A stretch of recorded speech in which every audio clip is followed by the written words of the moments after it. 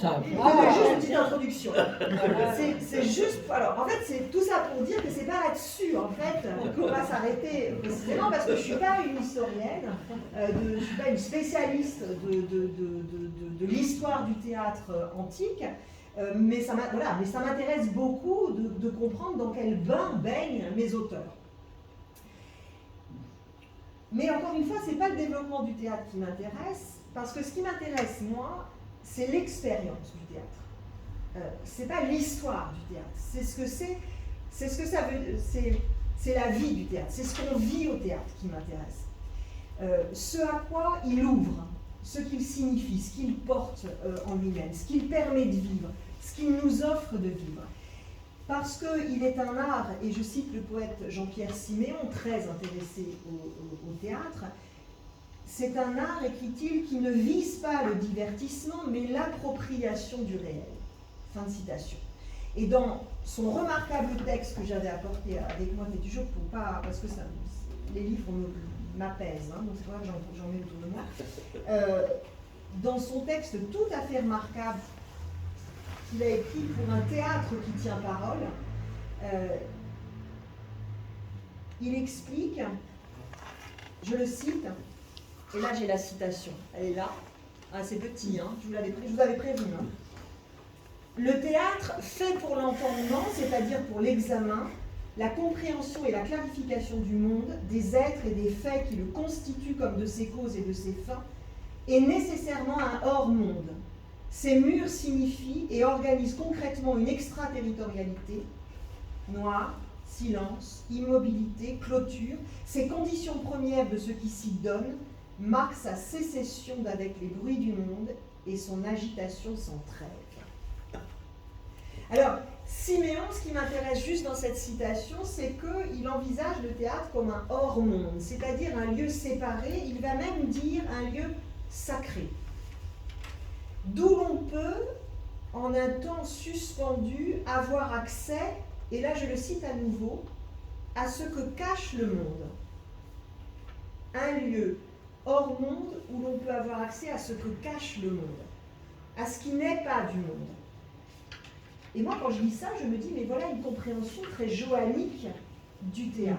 Et c'est à cette compréhension joannique du théâtre que je vous invite, c'est-à-dire un espace-temps dans le monde qui n'est pas du monde, et qui est offert à la reconnaissance nécessairement singulière et subjective de ce qui fait vérité. Et c'est en ce sens que le théâtre interpelle la théologie, me semble-t-il, en tant que parole incarnée, cherchant à élucider en un espace-temps précis ce qui est caché, ce qui advient en celui et celle qui l'écoute et qui l'espère. Et parce que cette interpellation théâtrale n'a jamais cessé, ce soir c'est ce que je vous propose, c'est vers le théâtre francophone contemporain que je me tourne plus volontiers ce soir.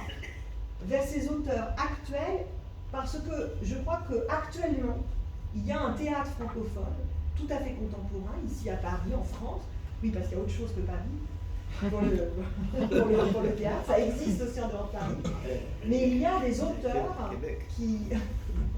mais il y a des auteurs comme ça qui sont ouvertement en discussion avec des systèmes de représentation, des langages, des images qui sont directement empruntés à la tradition théologique, notamment chrétienne. Et le premier d'entre eux, c'est Wajdi Mouawad. Wajdi Mouawad, j'imagine que c'est un nom qui doit parler à plusieurs d'entre vous ici, alors pardonnez-moi d'y aller à grands traits, mais je suis très impressionnée par le travail de Wajdi Mouawad, je crois que je ne suis pas la seule. Wajdi Mouawad, c'est un... Alors, pour ceux qui ne connaissent pas peut-être, c'est un dramaturge, c'est un metteur en scène, romancier, essayiste, cinéaste, plasticien, il fait tout. Depuis 2016, il dirige le théâtre de la Colline. C'est un homme qui est né et qui grandit au Liban dans une famille maronite. La guerre au Liban le contraint à partir, il passe sa jeunesse en France. Je dis tout ça parce que c'est intéressant de voir ce que ça signifie de circuler à travers les langues, les cultures, etc. Il doit quitter le Liban, il arrive en France, il fait sa jeunesse en France, et puis il doit à nouveau partir pour des histoires de papier, encore, déjà. Et c'est le Québec qui va l'accueillir, et c'est au Québec que sa carrière dramaturgique va prendre toute son ampleur. Donc, quelqu'un qui voyage, c'est quelqu'un qui travaille dans quantité de pays et de langues différentes, qui est traduit dans plein de langues, etc., et qui est traversé surtout par différentes cultures. Et son travail dramaturgique s'inscrit dans l'héritage de la tragédie antique, à laquelle il va puiser sa lecture du monde et de l'existence. Et son théâtre pose la question des violences dont nous sommes les héritiers, des constructions identitaires, de la volonté humaine empêchée, mutilée, etc. La semaine dernière, c'était pendant qu'on était en stage, on apprenait qu'il devait jouer à Beyrouth et son spectacle a été annulé. Il a dû fuir à nouveau le Liban à cause de la situation actuelle et parce qu'il était accusé de lien avec Israël. Donc, voilà, vous voyez qu'on est en plein dans l'actualité. En 2019, la revue, et la très sérieuse revue Études, publie un entretien au cours duquel Wajdi Mouawad explique pourquoi il a choisi le théâtre plutôt que la littérature. J'ai trouvé son interview extrêmement intéressante. Je vous passe un extrait. Alors là, c'est vraiment petit, excusez-moi. Je vais démarrer à, vous voyez, le deuxième paragraphe, le théâtre. Pour ceux qui arrivent à voir. Alors, c'est en ligne, c'est gratuit, c'est accessible, etc.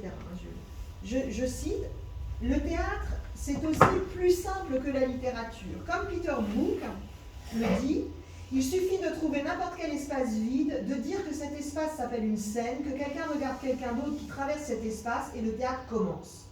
Quand vous avez 16 ans et que vous êtes mu par un besoin vital de vous exprimer, le théâtre est ce qu'il y a de mieux. C'est donc ce que j'ai fait. J'ai rassemblé des amis et je leur ai écrit des textes. Cette immédiateté que permet le théâtre m'a été salutaire. Avec la guerre et l'exil, la nécessité de prendre la parole était devenue tellement urgente. Je voulais exprimer un cri, je voulais partager un hurlement, je voulais exorciser des peurs, je voulais transmettre ce que la génération de mes parents n'avait pas pu exprimer, je voulais que ça cogne de façon symbolique, je voulais commettre des attentats, je voulais déposer des bombes dans la tête des gens. Cette bombe, c'était la narration et l'émotion qu'elle transmettait. Je voulais que les spectateurs sortent bouleversés, fracassés après le théâtre. Pour moi, le théâtre est une forme d'attentat, car le spectateur est innocent, il vient, il s'assoit, il ne sait pas ce qu'il va voir, et puis, boum, il sort bouleversé par ce qu'il a vu et entendu. Voilà un récit d'expérience théâtrale qui m'interpelle fortement. Alors, on n'a pas le temps d'entrer dans le théâtre de Wajdi Mouawad, parce que c'était difficile dans ce cadre-là d'une conférence, mais je voulais ouvrir mon propos avec le théâtre contemporain par lui, parce que voilà quelqu'un qui donne nourriture aux théologiens. Le théâtre s'apparente, vous l'avez compris, selon lui, à un événement soudain, brutal, né d'un besoin urgent de partager à plusieurs et collectivement la parole brûlante, un cri, dit-il, reçu en nous mais qui n'est pas de nous. Et il ne s'agit pas, pour le théâtre, évidemment, de faire passer un message. Il s'agit de faire advenir quelque chose dont on ne sait jamais s'il peut advenir, ni comment il peut advenir. Et c'est de cette manière-là que Wajdi Mouawad en parle. Mais quand ça advient, dit-il, boum, j'en suis bouleversé. Et c'est cette expérience-là, telle qu'il l'a décrit, qui ouvre pour moi une relation possible, ou une légitimation en tout cas, d'un dialogue entre théologiens et personnes de théâtre, précisément parce que les deux cherchent une parole qui veut se dire, quelque chose qui cherche à se dire, à travers des mots, et une parole qui est à un moment donné incarnée.